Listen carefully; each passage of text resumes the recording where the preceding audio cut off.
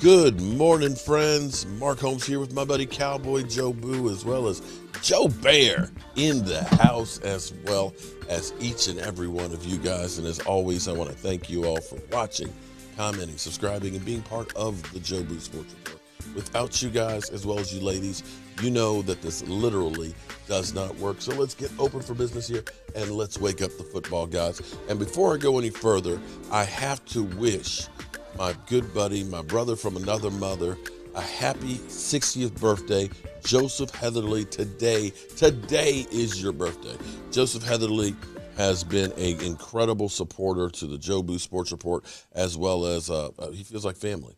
And hopefully come April, he'll be back over here visiting us when he comes on the East Coast. So today, happy birthday to ya.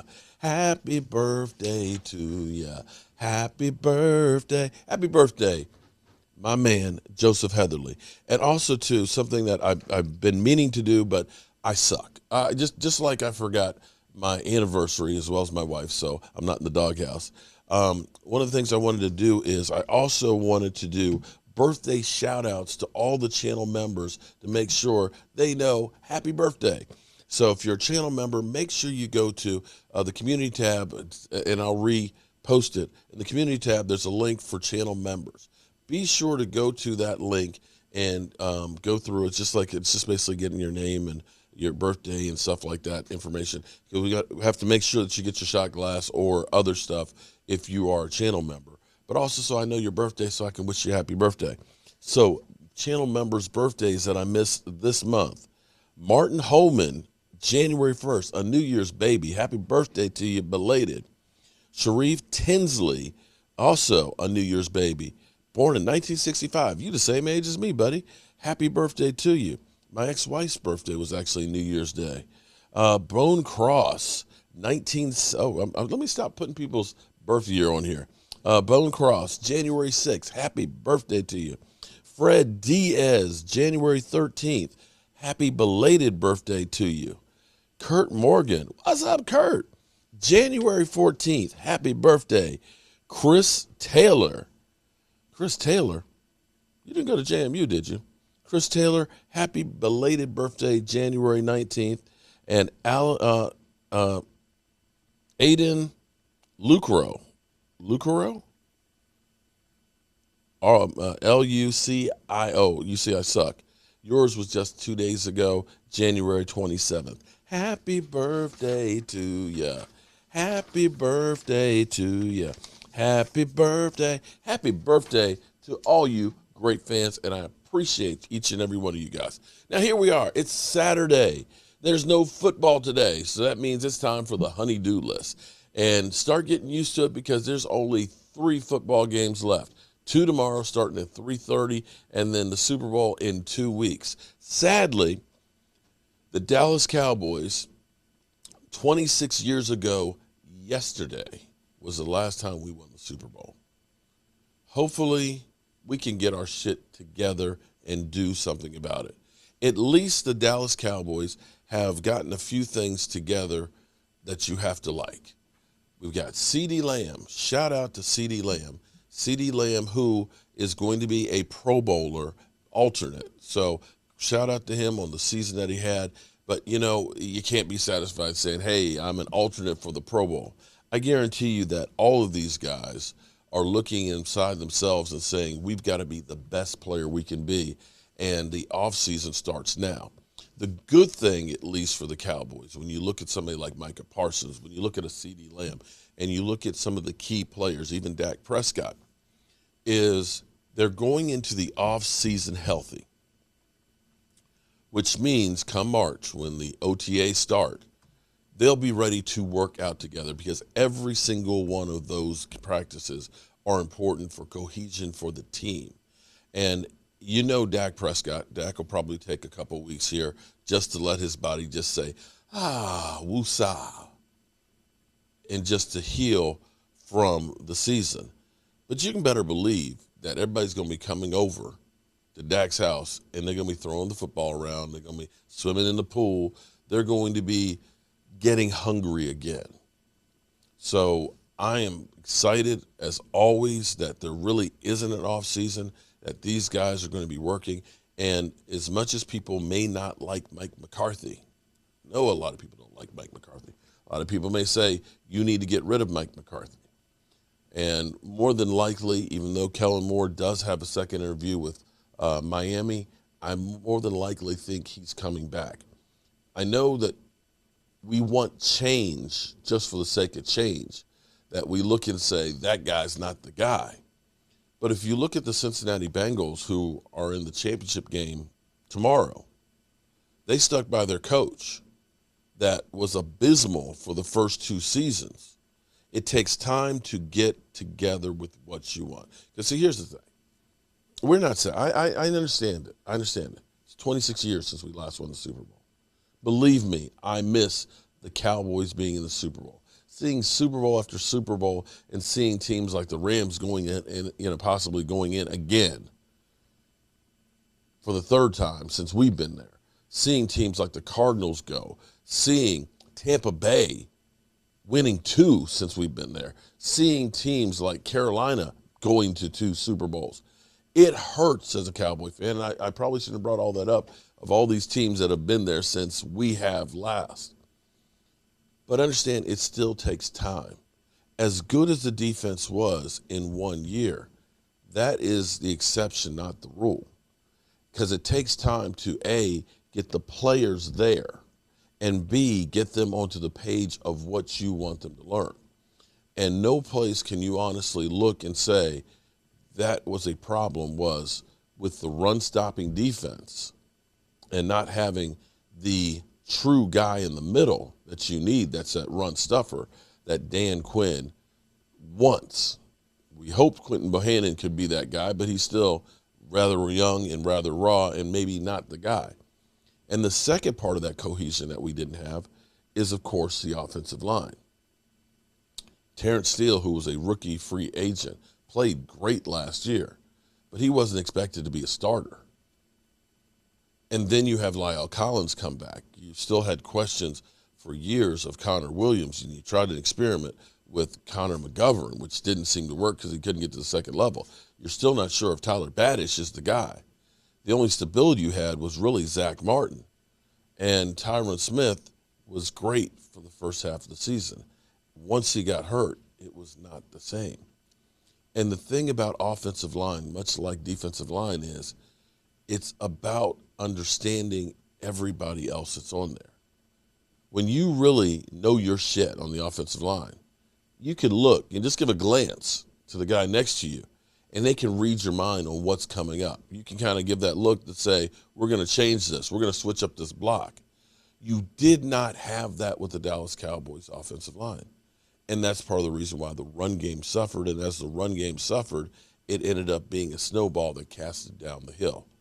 And this is where keeping the coaching staff together, at least there is a vision, and now you're going to have the players working together for a 3rd year on what the plan is. Now it's a matter of getting the players here, keeping the ones that are going to be able to work in that system, and getting, between the draft and free agency, the ones that you need to be those pieces. So we've got plenty of time to talk about. We're going to start working on a segment that I call Fixing the Boys, and trying to figure out what we can do between what we have in-house and what we can find from free agency in the draft to try and make a difference for the team next year. And as well as looking at the players that we have, what they can do to advance themselves for us to get a different result next year. One thing that may end up happening and transpiring that we have no control over, which we'll find out hopefully the next couple of days, is apparently Tom Brady is leaning towards retirement and does not want to string this out for the sake of his teammates and the Tampa Bay Buccaneers so they can start making other plans. He will decide in the next few days whether or not he's retiring. Rumor has it, and don't quote me, is he will retire. If that's the case, that drops down that whole NFC South division. You look at Sean Payton, retired. That's a whole new dynamic there. They don't really have a quarterback. Tampa Bay goes, boom. All of a sudden you say, okay, who's the good team in that division? Atlanta, with a quarterback that's old, Matt Ryan, that's a $46 million cap hit, who will probably be a cap casualty. Carolina, who's got a guy who, I should get 7 years to try and fix this shit, who seems completely lost. In Kingsbury, I'm sorry, not Cliff Kingsbury. You know what I'm talking about. It reminds me of a koala bear. That division is terrible. You know our division, it needs some work. And then you start looking and saying, could Aaron Rodgers be going to Denver? There's so much upheaval in the NFC for next year. You got to look at it and say, well, are the Cardinals really a good team? They don't seem to be in the second half of the season with Cliff Kingsbury and Kyler Murray. Maybe it's the Rams. Maybe it's the resurgence of Seattle. Who knows? But you start looking around and saying, next year might be the year that you don't have as good a competition in the NFC to be able to make that run. We'll see how it all works out from that standpoint. But, hey, let's check out and see what the experts are saying about if Jerry should go for Sean Payton or not. Let's listen in for a few minutes. Cowboys owner. Last Friday, made it clear. Now, it wasn't clear. What Jerry Jones does twice a week on 105.3 The Fan in Dallas, he serves up a big-ass word salad that has hidden ingredients in it. And you have to read all the words and listen to all the words and his meandering here, there, and everywhere, and you get little bits and pieces that will paint a picture for you. And the picture that was painted last week is he's thinking about a potential upgrade for Mike McCarthy, and he's not going to release the bird in the hand until he knows he can find a better coach. That was the message last week. Now, this week, Miles, he's trying to put the toothpaste back in the toothpaste holder after he was the one who was stomping all over it last week, squirting toothpaste everywhere. Here's Jones from earlier today. The thing I want to clear up is that the idea of Mike being twisting in the wind just wasn't the case at all. We were sitting there trying to keep Dan Quinn and trying to maintain continuity on our coaching staff. Did you have to reassure Mike McCarthy after Sean Payton quit that he's going to be the head coach of the Dallas Cowboys? No, I did not. I did not, because we're sitting here building together our future. No.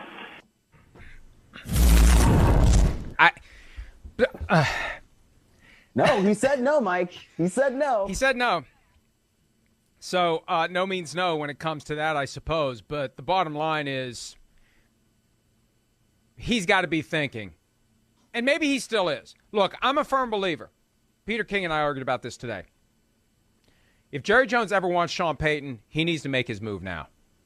Sean Payton did not say, I will not coach in 2022. He said, I don't plan to. Sean is smart enough to say what he means and mean what he says, and there are people out there who are smart enough to pick up on the message. I don't plan to coach in 2022. Well, if Jerry Jones shows up at my doorstep with a big-ass bag of cash, and then there's a certain amount that he's got to say yes to. There's a certain amount. I don't know what the number is, but there's clearly a number somewhere between $1 million and $50 million to which he'd say yes to. It's that simple.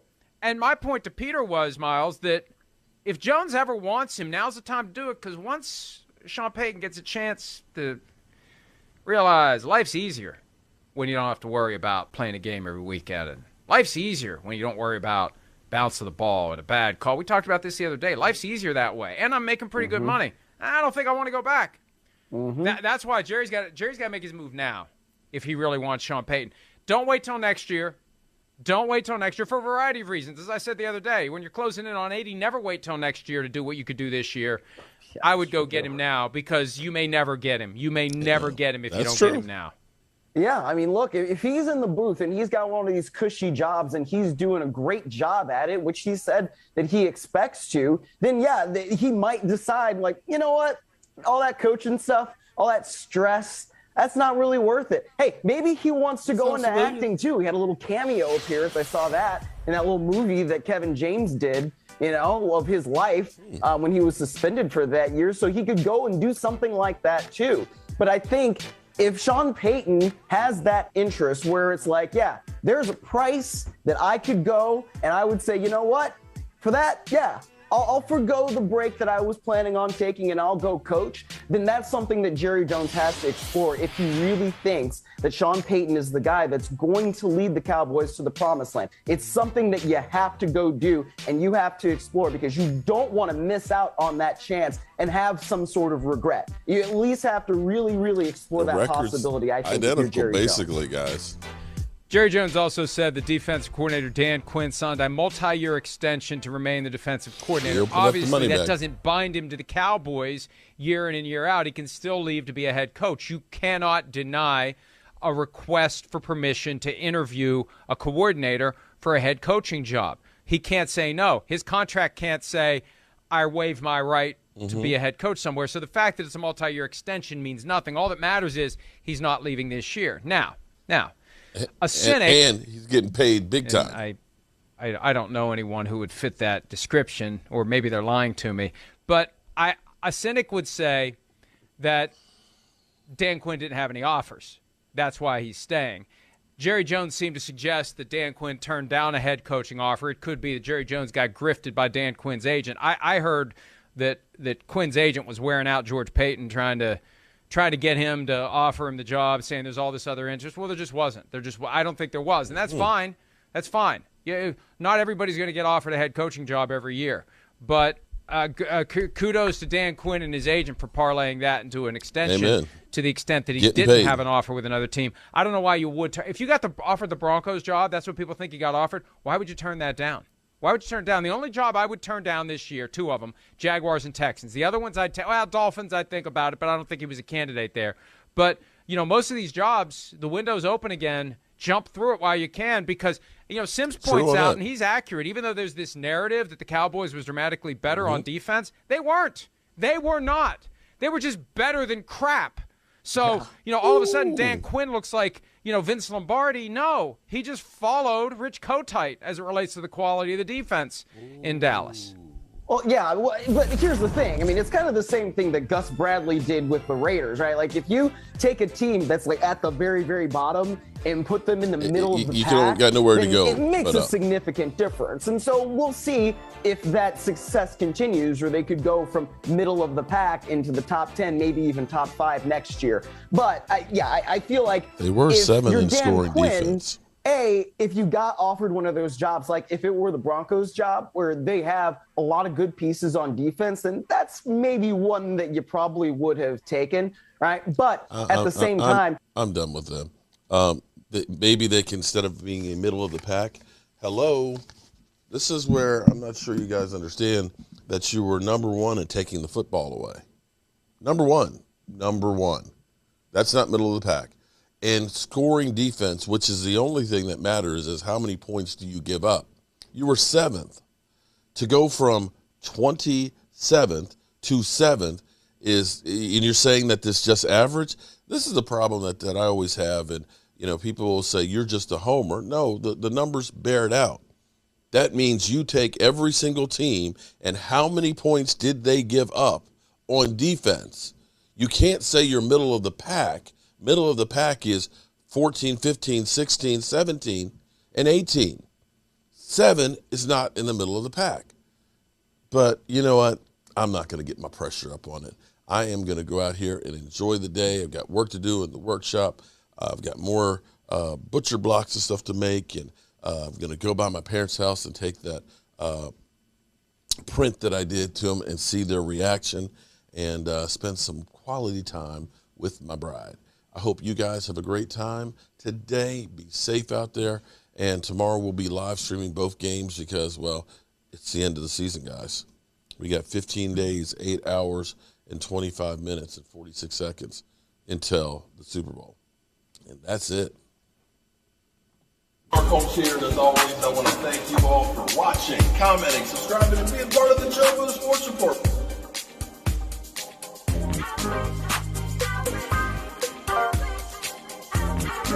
One hell of a job, and all